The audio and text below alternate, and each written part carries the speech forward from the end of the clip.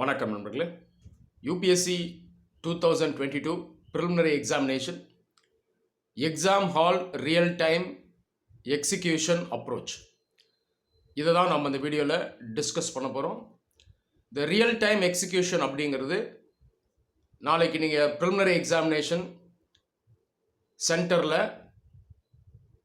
Examination question பேப்பரை வாங்கின உடனேயே நீங்கள் எப்படி பேப்பரை ஹேண்டில் பண்ணணும், அதை எப்படி எக்ஸிக்யூட் பண்ணணும், இதை தான் நம்ம டிஸ்கஸ் பண்ண போகிறோம். ஜென்ரலாக இந்த வீடியோவை எக்ஸாம் கிட்ட வரும்போது நான் அப்லோட் பண்ணுவேன். ஏன் நான் அதை முன்கூட்டியே அப்லோட் பண்ணுறேன் அப்படின்னா, நீங்கள் இப்போலேருந்தே இந்த அப்ரோச்சை ப்ராக்டிஸ் பண்ணணும்.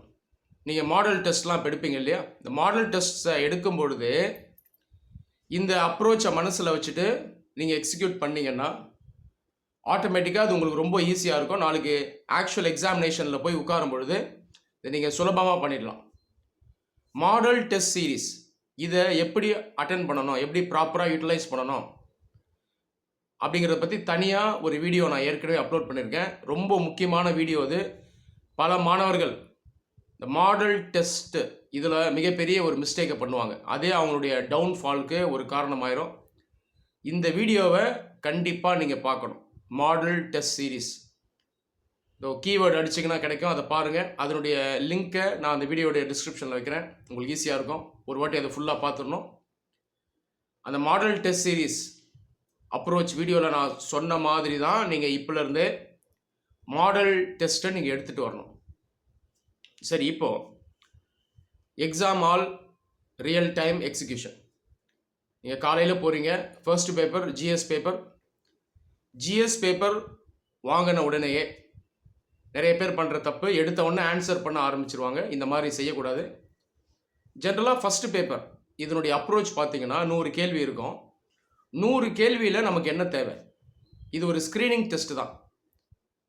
இதை நம்ம பாஸ் பண்ணால் போதும். இதில் பிரமாதமாக பண்ணணும், ப்ரிலிம்ஸ்லேயே ஃபஸ்ட் ரேங்க் எடுக்கணும் இந்தியாவில் அப்படிங்கிற அவசியம் கிடையாது. அதனால் ஒரு ப்ராக்டிக்கல் அப்ரோச் நமக்கு தேவை. Offensive as well as defensive approach இதில் தான் நம்ம போனோம்.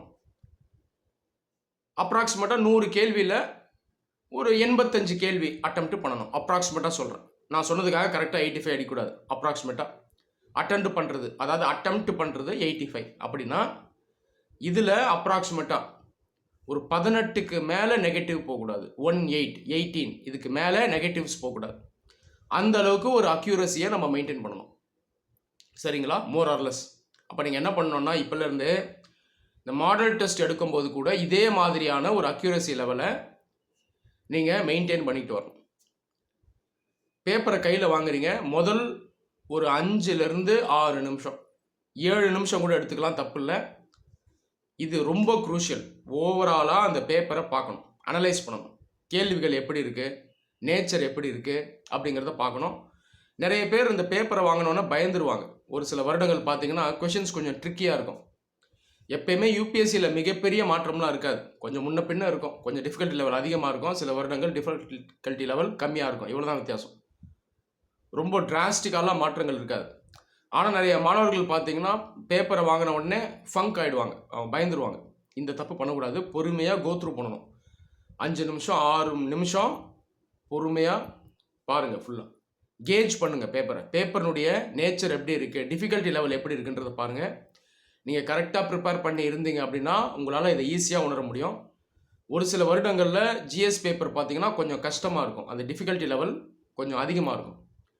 அந்த மாதிரி இருக்கும்போது நீங்கள் 85 அட்டெம்ப்ட் பண்ணுறதுக்கு பதிலாக கொஞ்சம் கீழே இறங்கிடணும். அப்ராக்சிமேட்டாக அரௌண்ட் ஒரு 75 to 82 அரௌண்ட் இந்த ஒரு ரேஞ்சில் அட்டெண்ட் பண்ணணும். அப்ராக்சிமேட்டாக சொல்கிறேன் மறுபடியும். ஒரு சில வருடங்களில் டிஃபிகல்ட்டி லெவல் வந்து பார்த்தீங்கன்னா கம்மியாக இருக்கும், அதாவது கொஞ்சம் ஈஸியாக இருக்கலாம். இந்த இடத்துல பார்த்தீங்கன்னா 85க்கும் கொஞ்சம் மேலே போகலாம், 87 90 இந்த ரேஞ்சில் அட்டெண்ட் பண்ணலாம். ஓகேங்களா? ஸோ ஃபஸ்ட்டு நீங்கள் கேஜ் பண்ணணும் பேப்பர். உங்களுக்கு கஷ்டம் அப்படின்னா உங்கள் கூட எழுதுகிற எல்லாருக்கும் கஷ்டம் தான், உங்களுக்கு ஈஸி அப்படின்னா உங்கள் கூட எழுதுகிற எல்லாருக்கும் ஈஸி தான். இப்படி தான் பார்க்கணும். அதனால் ரியாக்ஷனரியாக முடிவெடுக்கக்கூடாது. ஒரு சில மாணவர்கள் என்ன பண்ணுவாங்கன்னா ஜிஎஸ் பேப்பர் பொறுத்த வரைக்கும் 100 கேள்வியுமே அட்டெண்ட் பண்ணுவாங்க. அந்த மாதிரி ரெகுலராக செலக்ட் ஆகிற நிறைய பேர் எனக்கு நல்லா தெரியும். 100 கேள்வி அட்டெண்ட் பண்ணுவாங்க, ஆனால் அதில் நெகட்டிவ்ஸ் அதிகமாக வரும். 30க்கும் மேலே நெகட்டிவ் போவோம். ஆனாலும் அல்டிமேட்டாக பார்த்தீங்கன்னா அவங்க செலக்ட் ஆகிடுவாங்க. இந்த அப்ரோச் ஒரு ரிஸ்கியான அப்ரோச். இதை ஃபாலோ பண்ணுங்கன்னு நான் எப்பயுமே சொல்ல மாட்டேன். இது ரொம்ப ரிஸ்க் இதில் அசோசியேட்டாக இருக்குது. இதை நீங்கள் பண்ணக்கூடாது. நான் சொல்கிற அப்ரோச்சை தான் நீங்கள் ஃபாலோ பண்ணணும். ஆப்டிமல் லெவல் அட்டெண்ட் பண்ணணும். அதில் நெகட்டிவ்ஸ் பார்த்தீங்கன்னா மினிமல் லெவலில் இருக்கணும். இதுதான் நம்மளுடைய அப்ரோச். இதை ஃபாலோ பண்ணிங்கன்னா பாஸ் ஆகிறதுக்கான வாய்ப்பு மேக்ஸிமமாக இருக்கும். சரிங்களா? இப்போ கேஜ் பண்ணிட்டீங்க. கேஜ் பண்ணதுக்கப்புறம் பொறுமையாக அப்போது அட்டெண்ட் பண்ண போகிறீங்க. அந்த முதல் 6 நிமிஷம்ன்றது ஒரு மிகப்பெரிய இன்வெஸ்ட்மெண்ட். இது வேஸ்ட் ஆஃப் டைம் நினைக்கக்கூடாது. இதை கரெக்டாக யூஸ் பண்ணி பேப்பரை கேஜ் பண்ணிட்டீங்க அப்படின்னா அதுக்கப்புறம் உங்கள் மைண்டு நல்லா எஃபிஷியண்ட்டாக வேலை செய்ய ஆரம்பிக்கும். ஸோ மைண்டு பார்த்தீங்கன்னா வார்ம் அப் ஆகி டியூன் ஆகி இப்போ ரெடியாக இருக்கும். இப்போது நீங்கள் ஸ்டார்ட் பண்ண ஆரம்பிக்கணும். ஜிஎஸ் பேப்பரை ஒரு 3 ரவுண்டாக அட்டெண்ட் பண்ணணும். முதல் ரவுண்டு ஒரு 45லேருந்து 50 கேள்வி அப்ராக்சிமேட்டாக. நல்லா தெரிஞ்ச கேள்விகள். கண்டிப்பாக நம்மளால் கரெக்டாக அடிக்க முடியும் அப்படின்னு ஒரு நம்பிக்கை இருக்கும். இந்த கேள்வியை அட்டெண்ட் பண்ணணும். ஃபஸ்ட்டு ஒரு 1 hour இதுக்கு போயிடும். அப்ராக்சிமேட்டாக சொல்கிறேன். சொல்லப்போனால் 1 hourக்கு உள்ளே கூட நீங்கள் முடிச்சிடலாம். இந்த 45லேருந்து 50 இதை. அடுத்த ரவுண்டு பார்த்தீங்கன்னா ஒரு 25லேருந்து 30 கேள்வி அப்ராக்சிமேட்டாக. இந்த கேள்விகள் எப்படி இருக்குன்னா 100% ஷோர் ஷாட்டாக அடிக்க முடியாது ஃபஸ்ட்டு ரவுண்டில்.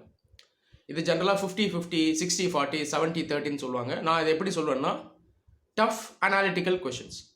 ஓகேங்களா? அனாலிட்டிக்கல் கொஷின்ஸ் மேலே பார்க்கும்பொழுது டிஃபிகல்ட் மாதிரி தோணும். ஆனால் இதில் நீங்கள் டைம் ஸ்பெண்ட் பண்ணி இருக்கக்கூடிய நாலேஜை அப்ளை பண்ணிங்கன்னா உங்களால் கரெக்டாக ஆன்சர் பண்ண முடியும். ஸோ செகண்ட் ரவுண்டில் இதை பண்ணணும். இந்த ரவுண்டு பார்த்தீங்கன்னா கொஞ்சம் நேரம் எடுக்கும். ஒரு 3/4 மணி நேரம் கிட்ட ஆகும். ஒரு 50 நிமிஷம் கிட்ட ஆகும். ஏன்னா இதில் நீங்கள் எக்ஸ்ட்ராவாக யோசிக்கிற மாதிரி இருக்கும். ஸோ இது செகண்ட் ரவுண்டில் பண்ணணும்.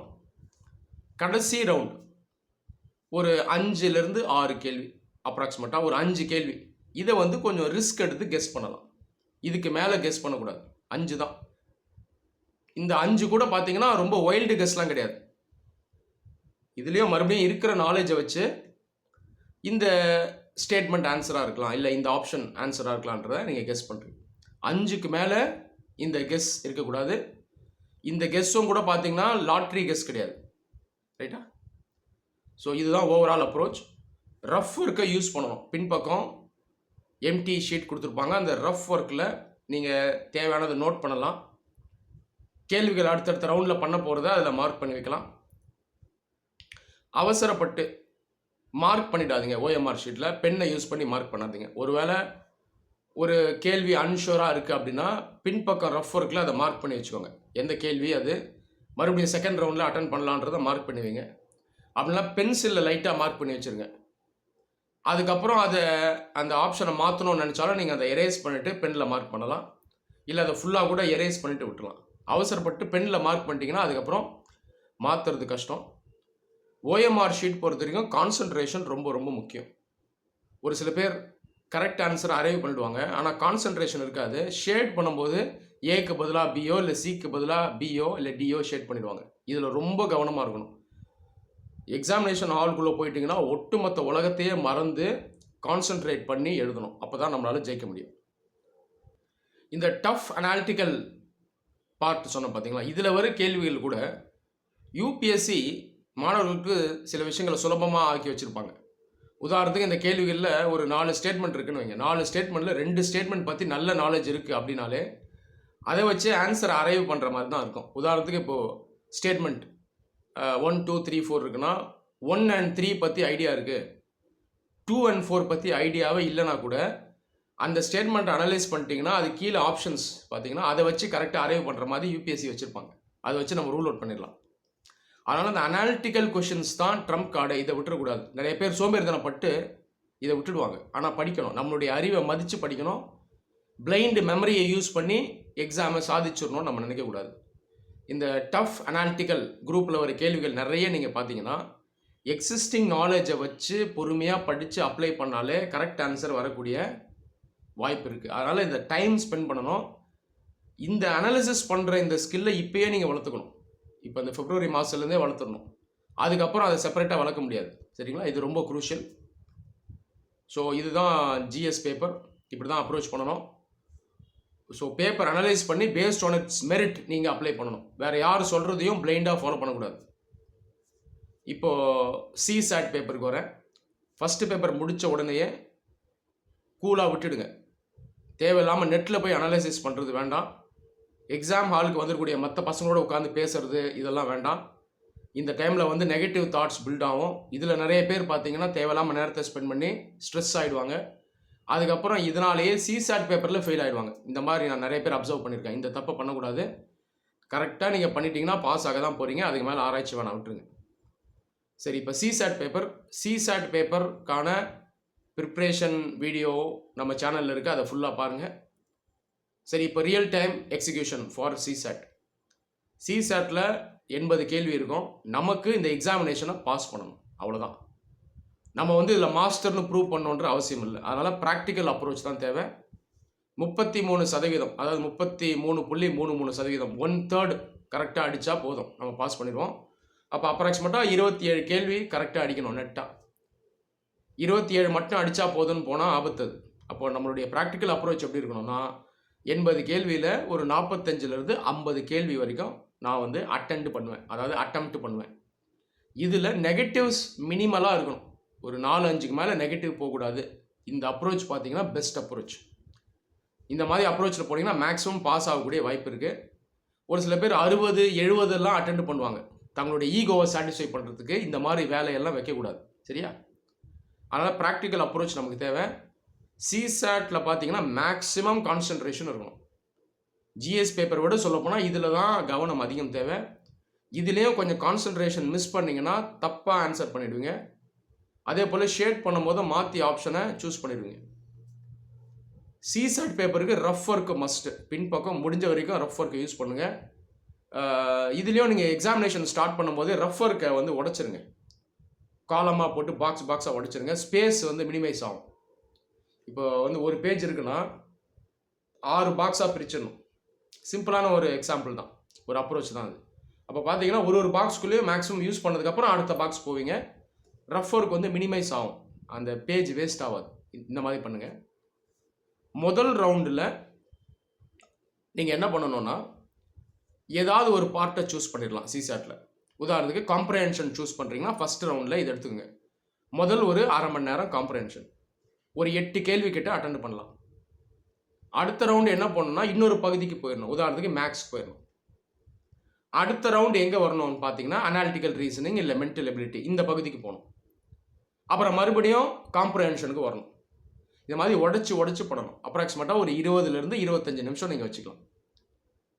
20 நிமிஷம் 25 நிமிஷம் ஒரு பகுதினா அடுத்து 1 2 3 4 அப்படின்னு போகணும்.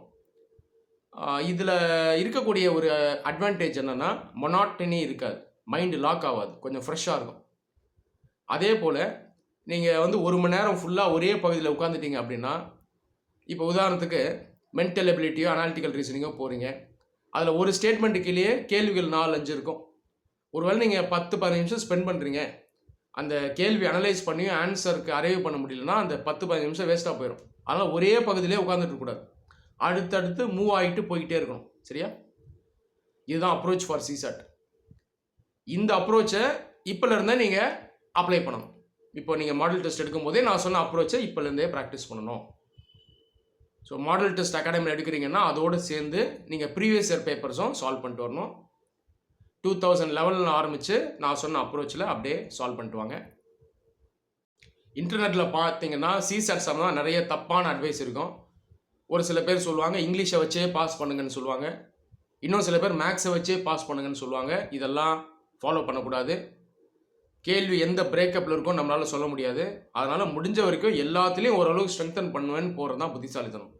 ஒருவேளை நீங்கள் காம்ப்ரஹென்ஷனில் ரொம்பவே ஸ்ட்ராங்காக இருக்கீங்கன்னா கூட குறைஞ்சபட்சம் மேக்ஸில் கொஞ்சம் ஸ்ட்ரெங்தன் பண்ணிட்டு போகணும்.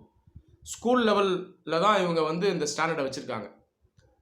பேங்க் கிளரிக்கல் எக்ஸாமை கம்பேர் பண்ணும்போது இதனுடைய டிஃபிகல்ட்டி லெவல் கொஞ்சம் கம்மி, காம்ப்ரஹென்ஷன் மட்டும் கொஞ்சம் டஃப்பாக இருக்கும். அதனால் இந்த லெவல் தான் யூபிஎஸ்சி எதிர்பார்க்குது. அதில் நம்ம முடிஞ்ச வரைக்கும் எல்லாத்துலேயும் ஸ்ட்ரெங்தன் பண்ணிட்டு போயிடணும். அப்போ எந்த ஒரு பார்ட்டியும் நெக்லெக்ட் பண்ணாதீங்க. இப்போலேருந்தே ப்ராக்டிஸ் பண்ணிட்டு வாங்க. சிசாட் பேப்பர் ஸ்டார்ட் பண்ணும்போது அந்த ஃபஸ்ட்டு பார்ட்டு சொன்னேன் இல்லையா, அப்ராக்சிமேட்டாக ஃபஸ்ட்டு ஒரு 30 நிமிஷம். இதை நீங்கள் எப்படி சூஸ் பண்ணலாம்னா எந்த பார்ட்டில் நீங்கள் நல்லா ஸ்ட்ராங்காக இருக்கீங்களோ அதை எடுத்துக்கோங்க. உதாரணத்துக்கு காம்ப்ரஹென்ஷனில் ஸ்ட்ராங்னா அதை எடுத்துருங்க.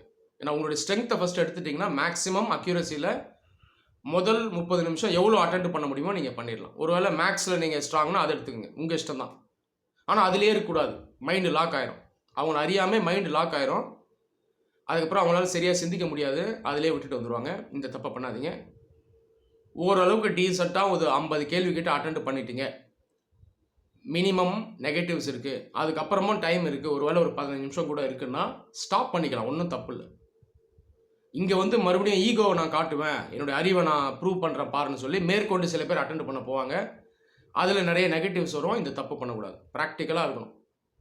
இந்த எக்ஸாமில் நீங்கள் மட்டும்தான், யாரோடையும் கம்பேர் பண்ணக்கூடாது. சுற்றி இருக்கவங்களோட கம்பேர் பண்ணுறது, இன்டர்நெட்டில் கம்பேரிசன் பண்ணுறது, இந்த வேலைகளை வைக்கக்கூடாது. உங்கள் மேலே நம்பிக்கை வச்சு நீங்கள் செயல்பட்டீங்கன்னா உங்களுக்கு 100% வெற்றி நிச்சயம். நான் சொன்ன மாதிரி அப்ரோச் பண்ணி எக்ஸிக்யூட் பண்ணிங்கன்னா கண்டிப்பாக நீங்கள் பாஸ் ஆகிட்டீங்க. வீட்டுக்கு வந்து நீங்கள் செலிப்ரேட் பண்ணுங்கள். அதுக்கப்புறம் மெயின்ஸ் எக்ஸாமினேஷனுக்கு ப்ரிப்பேர் பண்ண ஆரம்பிச்சிருங்க. நன்றி.